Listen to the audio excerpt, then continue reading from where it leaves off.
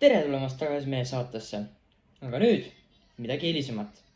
Sel pühapäeval toimus suur Ameerika tänava ministeeriumis rööv. Kriminaal pole veel kinni võetud, mis on Tallinna rahvale suureks mureks. Aga lähemalt räägib meile Margus ise. Margus? Aitäh sulle, Priit. Kell 18.00 oli sisenenud eesuksest tsiviilriietes 16-aastane Antonin, kes lasi maha 2 turvameest esiukse juures. Seejärel sisenes ta aga ministeeriumi lattu, kus ta oli varastanud 50 eurot ja paar inimese klammerdajaid. Hoonest väljudes jäi ta hoone ette, et teha üks pilt. See oli ta saatnud sotsiaalmeedias laiali erinevatele platvormidele.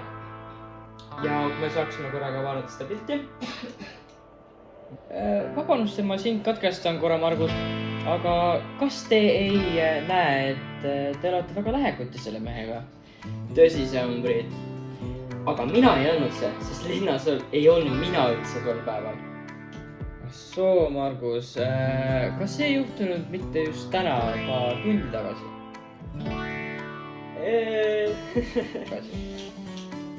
Ei?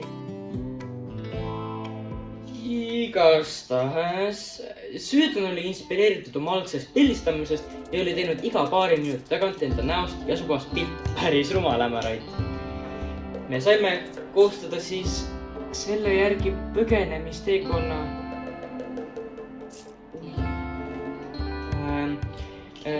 Meie kahtlusalune põgenes mööda ministeeriumi Uue Maailma haljakut. Lõunasse mööda Pärnu maanteed kuni Koidu tänavani.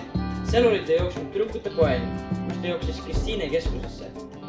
Järgmised pildid on kõik hangitud Snapchatist. Tema postituses oli seekord sõnum. Mul on pahatahtlikud ja jõledad plaanid.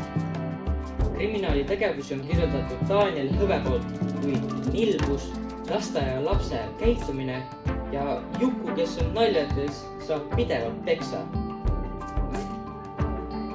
Siis ta suundus Prisma kinnisvara OÜ hoone ette ja saatis viimase postituse Krossipoe eest tiitliga Siin ma langen. Kokkuvõtteks saab öelda, et oli idioot, kes jooksis 4 kilomeetri 50 euro paari klammerdajate jaoks, kuigi saab neid Bauhoffist 5 euriga. Oh. Margus, see küll väga ilus ei olnud. Margus, politsei tahab sinuga rääkida. Politsei? Ui, raisk. Aitäh kuulamast meie saadet ja hüvasti teile järgmiseks korraks.